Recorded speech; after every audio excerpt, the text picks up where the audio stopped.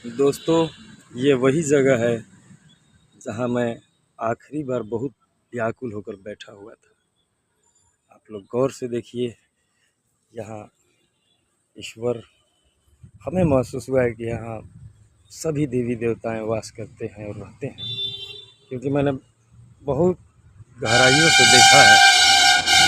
और ये बरगद का पेड़ बताया हूँ आप लोगों को, ये वही बरगद है जहाँ से मुझे कुछ प्राप्त हुआ था। इनसे ये समझिए कि मेरे पिछले कई पीढ़ियों के बुज़ुर्ग रहे हैं, मेरे बाप दादा परदादाओं के भी ये बुज़ुर्ग रहे हैं, तो इनके पास जितनी शक्ति है शायद ही किसी के पास हो।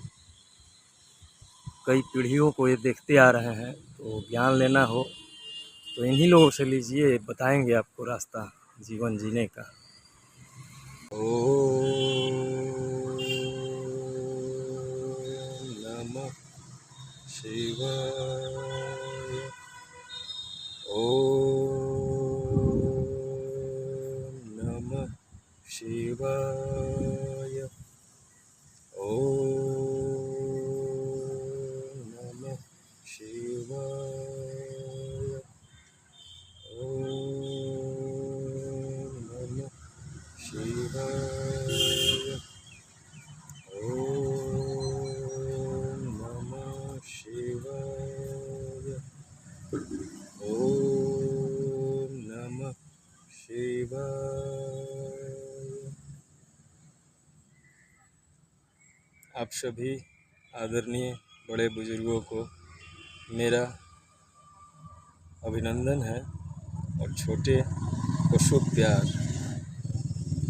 आज मैं उसी बरगद के पेड़ के नीचे बैठा हूँ जहाँ मुझे कुछ मिला है। मैं आप लोगों से बोला था कि मैं सोशल मीडिया पे वीडियो नहीं बनाऊँगा, तो अभी गीत संगीत के लिए मैं कुछ नहीं बना रहा हूँ। मुझे जो मिल रहा है मैं वो आप लोगों तक पहुँचाने की कोशिश कर रहा हूँ। आप लोगों को एक बात बता दूँ कि आप सब जितने भी दर्शक हमारे इस वीडियो को देख रहे हैं, उन सभी से मैं ये दावा देकर कहता हूँ कि आप 2-3 काम कीजिए, आपकी हर परेशानी दूर हो जाएगी। और अगर नहीं दूर हुई तो आपका जूता और मेरा सर, आपके सामने मैं हाजिर रहूँगा। पर उसके लिए सबसे पहले चित्र और चरित्र बिल्कुल साफ हो जाना चाहिए।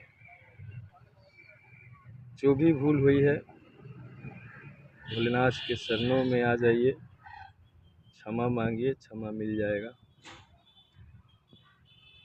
और पुनः अपने जीवन को भगवान के रास्ते पर लगा दीजिए, सब कुछ अच्छा हो जाएगा धीरे धीरे। 2-3 चीज़ हैं जिनको आपको ध्यान देना होगा और उसे ख़त्म करना होगा।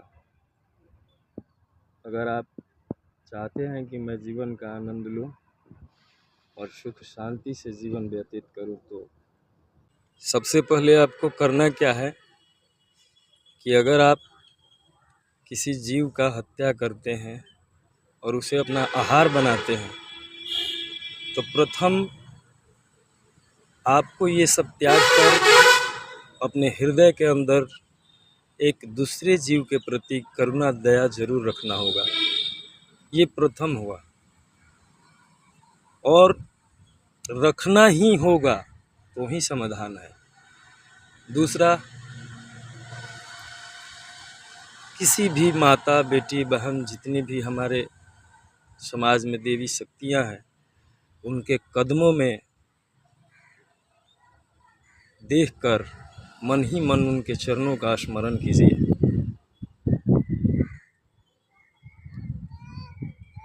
बाकी और भी बहुत सारी चीज़ें हैं जो मैं अगर बता भी नहीं पाया, तो इतना करने के बाद आप खुद ही समझ जाइएगा कि और आगे क्या करना चाहिए।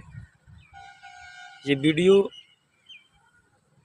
कोई मेरा लक्ष्य नहीं है इस वीडियो से बस मुझे जो मिल रहा है, मैं जो प्राप्त कर रहा हूँ, मैं चाह रहा हूँ कि आप सभी, मेरे जितने भी परिवार में, मेरे देश में, मेरे इस सभ्यता संस्कृति में जितने भी बड़े बुजुर्ग, छोटे, माता बहन, सभी को ये प्राप्त हो जाए और मेरा देश जैसे विश्वगुरु था वैसे आज भी विश्वगुरु बना रहे। बस यही मेरा लक्ष्य है।